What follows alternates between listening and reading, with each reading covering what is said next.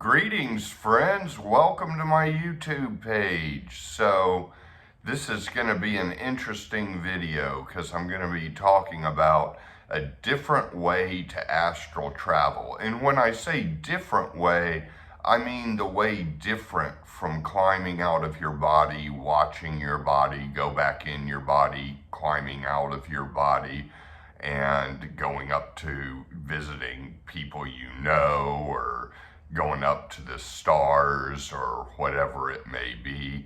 I'm going to go with a different method just because I hear from clients a lot that method is abrasive and feels kind of violent, and sometimes they slam back into their body. And Bardon does mention that if somebody moves your body when you're doing it that way, there's the risk of death. So that actually kind of puts fear in this method. So the method I'm going to talk about in this video, the theory behind it comes from as above, so below. As is the macro, so is the micro. So if the astral plane exists in reality, then it also exists inside you. The entire universe, or rather even the entire cosmos, the entire worlds of mystical lands and other dimensions, all of that exists in each one of us. The astral plane is inside of me. The mental plane is inside of me. Visiting the gnomes are even inside of me. I mean, this is more of a non-dual hermetic approach. So it involves going inward. And I have done this method much more than the other method because I like it better. And I also travel to other worlds rather than, flying down the street, which is just, frankly, not quite as appealing. And I haven't been able to get to other worlds doing the other method of climbing out. So I go inward. And this is very similar to the shamanic form of inner journey into the lower world or the upper world, and what shamanic journeys often teach.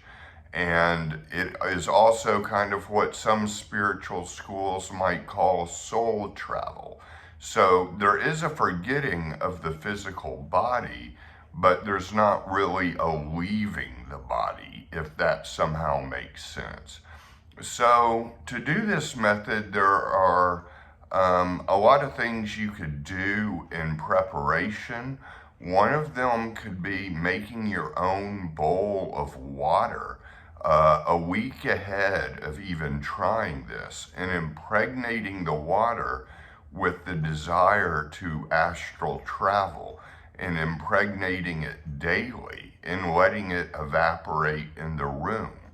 And then before you begin this method, you could impregnate a glass of water with the desire to travel and drink that. Remember, the impregnation of things and that never really ends. The magic of water never ends. It's not like you do it in the early steps and then stop doing it. So that continues.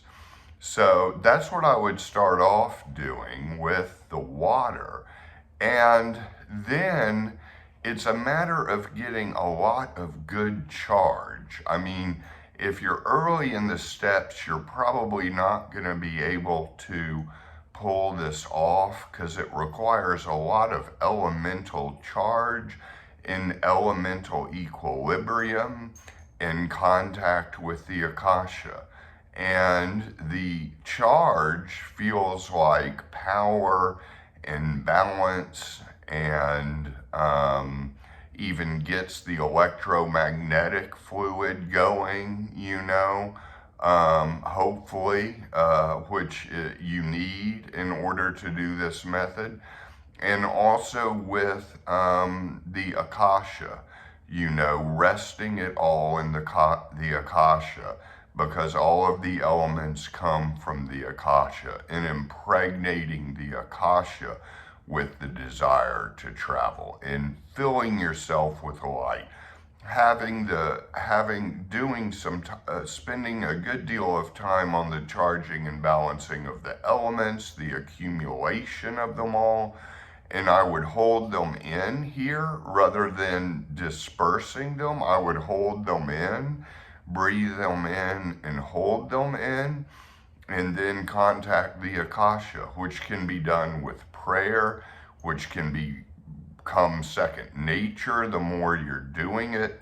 But for me, it feels like the sun shining on my soul body, and my soul body is kind of a black violet. It's kind of opaque, and I feel the soul body inside of me, and my mind rests in a vacancy of mind state. So very relaxed, so extremely energized and extremely relaxed, and feeling safe with all of this. And after you do that, which could take a good 30-45 minutes, I would light a candle on your altar. Hopefully you have an altar. If not, I think a candle is good to light, and turn off the lights and lie down flat on your back in bed. And you have the Akasha coming into you. So hopefully there's a feeling of complete surrender now, in complete surrender and going inward and letting your energy go inward by just surrendering and releasing it all. And hopefully there's the Akasha flowing, that when you close your eyes, you also see visions of some kind, just images. I mean, I'm not talking about anything complicated. I'm just talking about your inner screen with your eyes closed, having images pop up. And I would surrender to the image as if the image is happening to you, and that is your journey. And surrender to the image and go with that, and follow the image wherever it leads you. And it could be in just another dimension of some kind. And so there you would go, and there you would be in the astral plane, beginning your journey.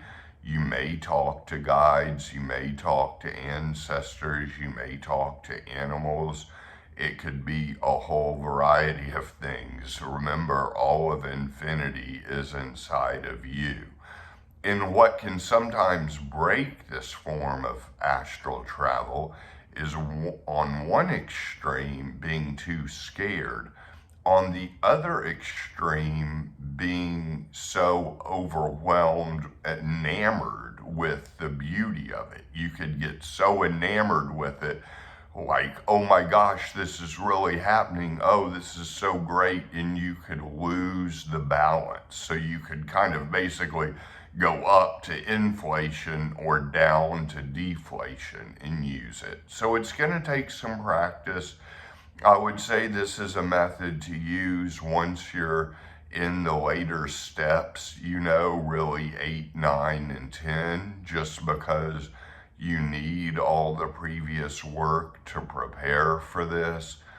And so, obviously, if you're listening to this video and you want to go ahead and try it, sure, it's possible it could work. If you're listening to this video and still on the lower steps, you could try this method, and sure, it could work, I'm comfortable calling the Akasha God, and all things are possible through God and Divine Providence. And if they're okay with you astral traveling, they are going to make it happen. And that's just how it is.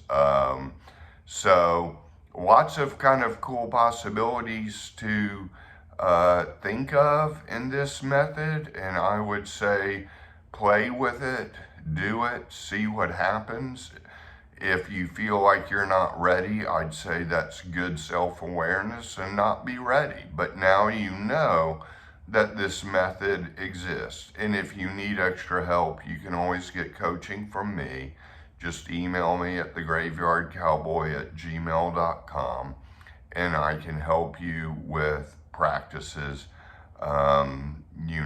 as it works best for you. So, hope you enjoyed this video. Thanks for watching, and many blessings to all of you, wherever you may be and whatever you may be going through.